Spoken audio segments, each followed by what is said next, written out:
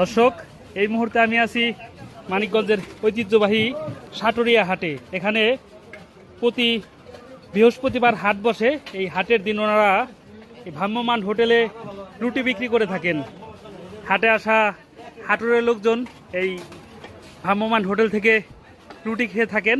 রুটির সাথে সবজি আছে, ডাল আছে, ডিম আছে, আর কি আছে ভাই? হালুয়া আছে। এটা তো একটা ঐতিহ্যবাহী খাবার আপনাদের হাটের। এই রুটি তো কেজিতেও বিক্রি করেন। কেজি কত করে দাম নেন?